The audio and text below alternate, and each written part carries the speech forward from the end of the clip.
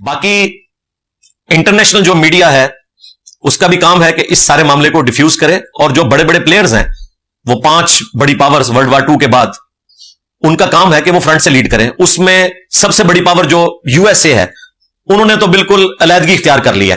یہ جو انڈیا کو زام تھا نا کہ یو ایس اے ہمارے ساتھ کھڑا ہوگا اور وہ پاکستان کے خلاف بیان دے گا, ٹرمپ تو آپ کو پتا ہے اسے کوئی پریڈکٹ ہی نہیں کر سکتا. اس نے تو کہا بھائی آپ لوگوں کا آپس کا معاملہ ہے, اسے طے کریں. انہوں نے تو علیحدگی اختیار کر لیا کیونکہ ٹرمپ کو بھی پتا چل گیا کہ پاکستان نے نہیں کروایا.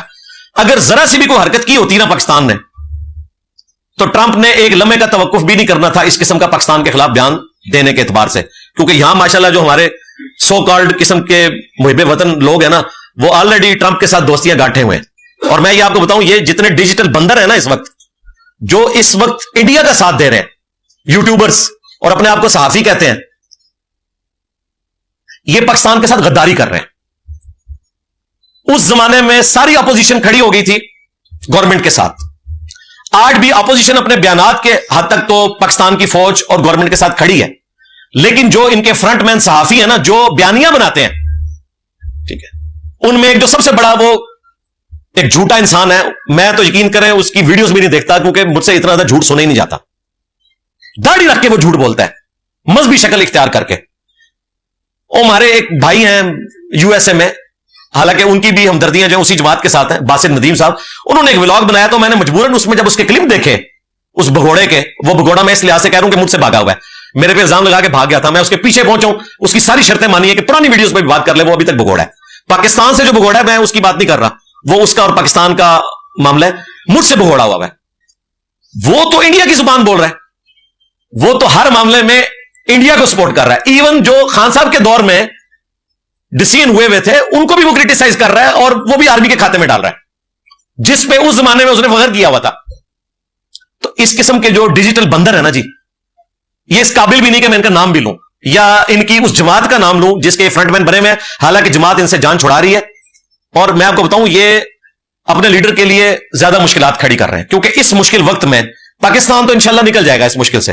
ہاں, یہ ذہن میں رکھیے گا, مودی تو پاکستان کے قابو نہیں آئے گا, وہ وہاں پہ بیٹھا ہوا ہے, وہ ویسے ہی بھاگ جائے گا. قابو تم لوگوں نے آنا ہے, یہ ذہن میں رکھنا, جو آج پاکستان کے ساتھ اس طرح کی غداری کر رہے ہو نا, اور صرف ایک اپنے لیڈر کی محبت میں, اس لیڈر کو بھی نہیں پتا ہوگا کہ تمہاری محبت میں یہ کیا کچھ کر رہے ہیں.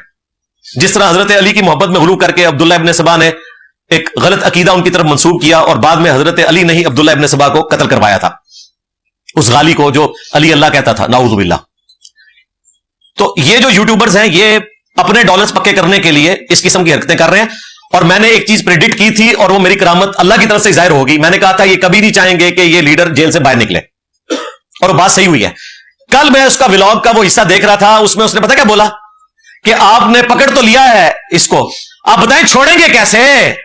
وہ بار بار اس جملے کو ریپیٹ کر رہا ہے کہ اگر اس کو چھوڑیں گے تو یہ پھر فوج کو نہیں چھوڑے گا, اپوزیشن کو نہیں چھوڑے گا, اور وہ بار بار دھمکی لگا رہا ہے پاکستان کی فوج کو اور باقی پولیٹیکل جماعتوں کو کہ تم نے اس کو اندر تو کیا ہے, لیکن بتاؤ چھوڑو گے کیسے, جب چھوڑو گے یہ تمہیں نہیں چھوڑے گا. اس کا مطلب پتا کیا ہے کہ نہ چھوڑنا انہوں.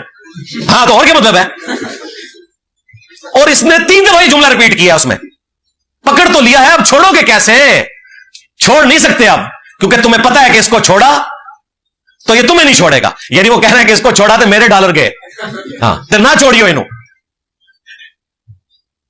اور ایک اور وہ جو ایک جس کی سانس ہی بند ہوئی تھی, اس کے حق میں نے ویڈیو بنائی تھی اس زمانے میں, ٹھیک ہے, جو پنجابی میں ولاگ کرتا ہے, نہ اردو ٹھیک آتی ہے نہ پنجابی تو چلے تھوڑی صحیح بول لیتا ہے.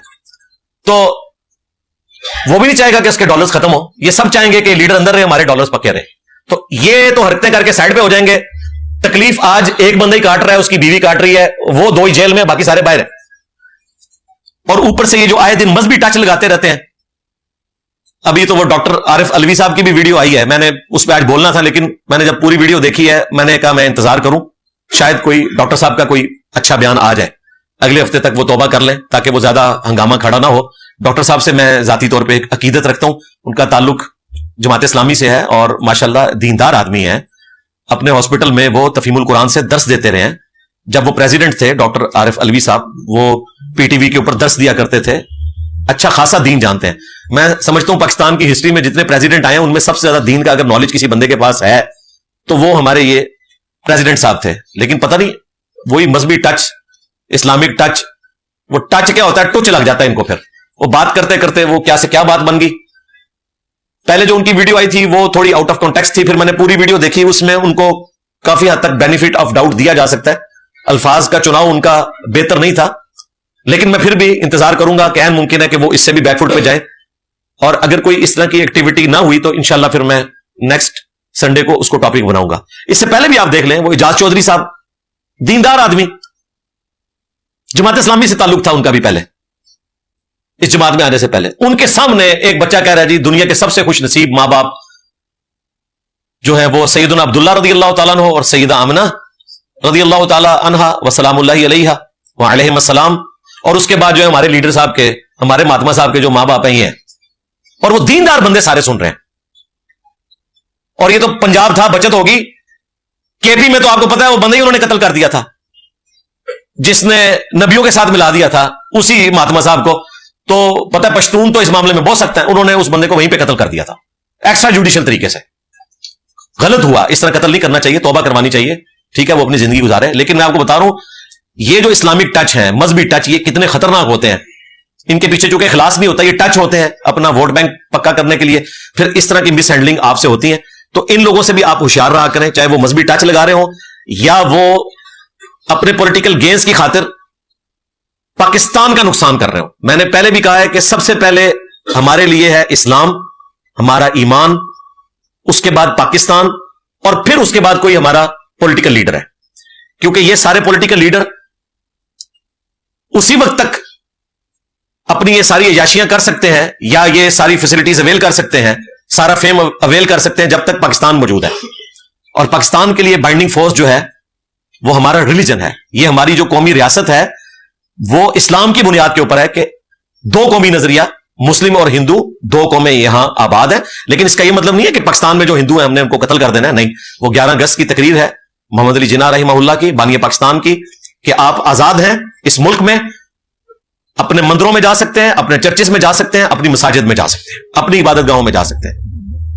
ہاں اوور آل چونکہ ڈومیننسی 97% سے زیادہ مسلمان ہے, لہذا کی پوسٹوں کے اوپر مسلمان ہوں گے, اور اسلام یہاں پہ ڈومیننٹ ہے چونکہ, لہذا اس ملک کا نام اسلامک ریپبلک آف پاکستان رکھا گیا. وہ اپنی جگہ موجود ہے الحمدللہ. لہذا اس پہ ہمارے لیے کوئی پولیٹیکل لیڈر, کوئی جرنیل, کوئی مذہبی لیڈر اس معاملے میں اگر رکاوٹ بنتا ہے تو ہم ڈنکے کی چوٹ کے اوپر اس کے خلاف کھڑے ہوں گے. کیونکہ یہ ملک کسی جرنیل کا نہیں ہے, کسی پولیٹیکل لیڈر کا نہیں ہے, یہ پاکستان کے عوام کا ہے. انہوں نے قربانیاں دی اور ایک ڈیموکریٹک طریقے سے, اگرچہ اس وقت اللہ نے حالات و واقعات ایسے کر دیے کہ ہٹلر کی وجہ سے گریٹ برٹن کمزور ہو گئی, اگرچہ ہٹلر جنگ ہار گیا لیکن گریٹ برٹن کو اتنا کمزور کر دیا کہ انہوں نے مجبوراً ہمیں آزادی دے دی. اور اس میں محمد علی جناح کی عقل مندی کو داد دوں گا کہ اکیلا لیڈر تھا, اور مخالفت میں ان سے بڑے لیڈر تھے, گاندھی صاحب, ابوالکلام آزاد کانگریس میں.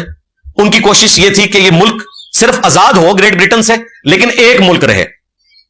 لیکن یہ صرف محمد علی جناح تھے اور ان کے ساتھ چند ایک دیوبندی علماء اور بریلوی سارے علماء, پیر سارے کے سارے, وہ سپورٹ کر رہے تھے. تو اس اکیلے بندے نے گریٹ برٹن کو یہ منوانے پر آمادہ کر لیا کہ ہم دو ملک بنائیں گے, انڈیا اور پاکستان. یہ بہت بڑی کامیابی ہے جب اتنے بڑے لیڈرز مخالفت میں موجود ہوں, ایک اکیلے بندے کا سٹینڈ لینا. ہاں جو اکثریت تھی دیوبند علماء کی وہ کانگریس کے ساتھ تھی, اور وہ بھی کوئی مسلمانوں کے لیے بدنیتی والا معاملہ نہیں تھا. وہ چاہتے تھے کہ مسلمان اکٹھے رہیں تاکہ کل کو ہم پاور میں آ جائیں. لیکن آج جو کچھ مسلمانوں کے ساتھ انڈیا میں ہو رہا ہے, اس کے بعد میرے خیال ہے اگر وہ دنیا میں موجود ہوتے تو انہیں پتا چل جاتا کہ محمد علی جناح نے جو کچھ فورسی کیا تھا وہ درست تھا. اور وہ علماء جنہوں نے اس وقت پاکستان کا ساتھ دیا وہ لوگ درست تھے, اور وہ لوگ جو اس وقت مخالفت بھی کرتے تھے لیکن پاکستان بننے کے بعد پاکستان میں آ گئے وہ بھی درست تھے, جس طرح مولانا مودودی اور ان کے سارے ساتھی جماعت اسلامی کے, انہوں نے پھر اس کو ایکسپٹ بھی کر لیا.